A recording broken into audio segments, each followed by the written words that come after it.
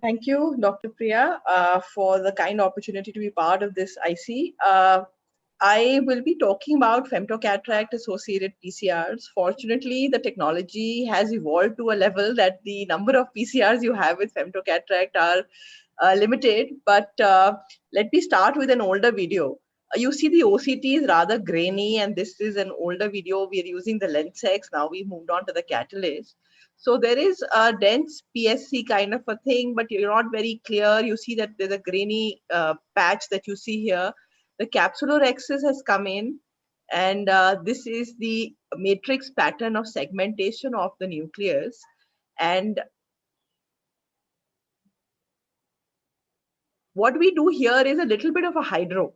Now, do know that this bag is already under pressure because of the gas which has been generated by the femto. So a little bit of hydro and not deburping this bag can lead to a PC rupture.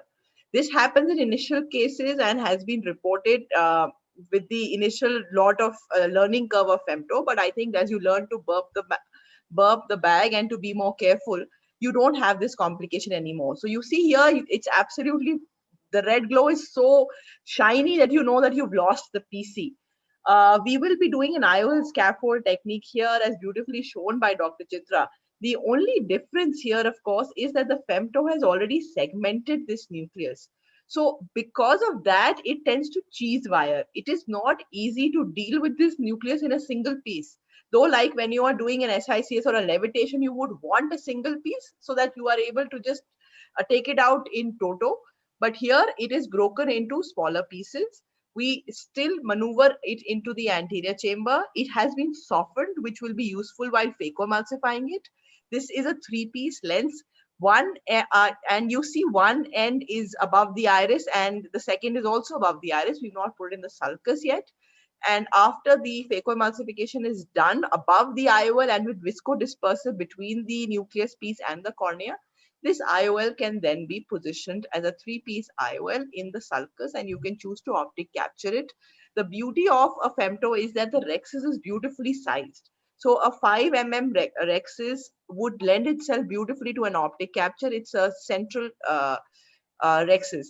Now moving on to more cases which you've done with the femto. These are essentially posterior polar cases where you will face a posterior capsular rent in a large amount of cases. You see here on the slit lamp, there is a vertical slit in the posterior capsule.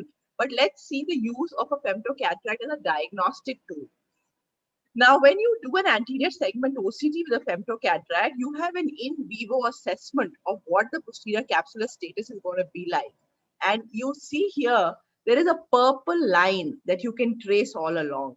We did a study that we found that when this purple line can be continuously traced all along, none of these cases, the posterior capsule gave way. Wherein if a purple line is broken, like you see here, there is a patch with a large shadow. There is an increased propensity for this capsule to give way. 70% of these capsules gave way. The 23 or 27% that didn't give way were because there's a shadowing effect when there's a dense, very focal plaque kind of opacity. But this is very heartening to know that if it is continuous, you know you're safe.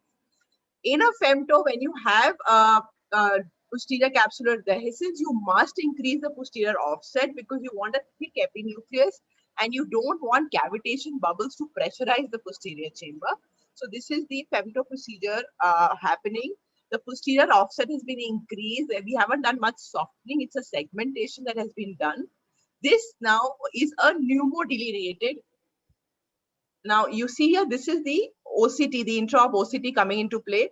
Just look at, though there is a gaping PC right from the beginning, a thick epinucleus and a stable AC with stable parameters and a slow motion phaco without the maneuvers of rotating it or hydrodissecting it will keep it stable. So you have the posterior capsular rib coming right in the end. And this is a very, very important step wherein don't pull out before pushing in viscoelastic.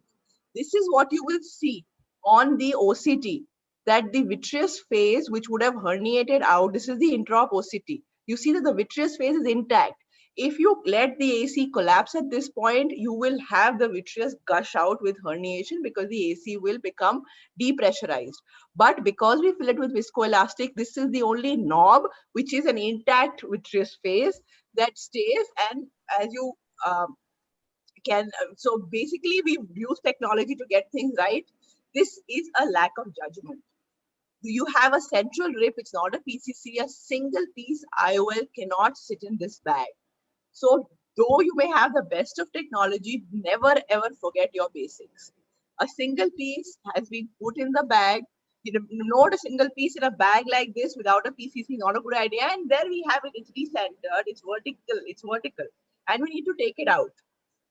This is using technology, but forgetting the basics.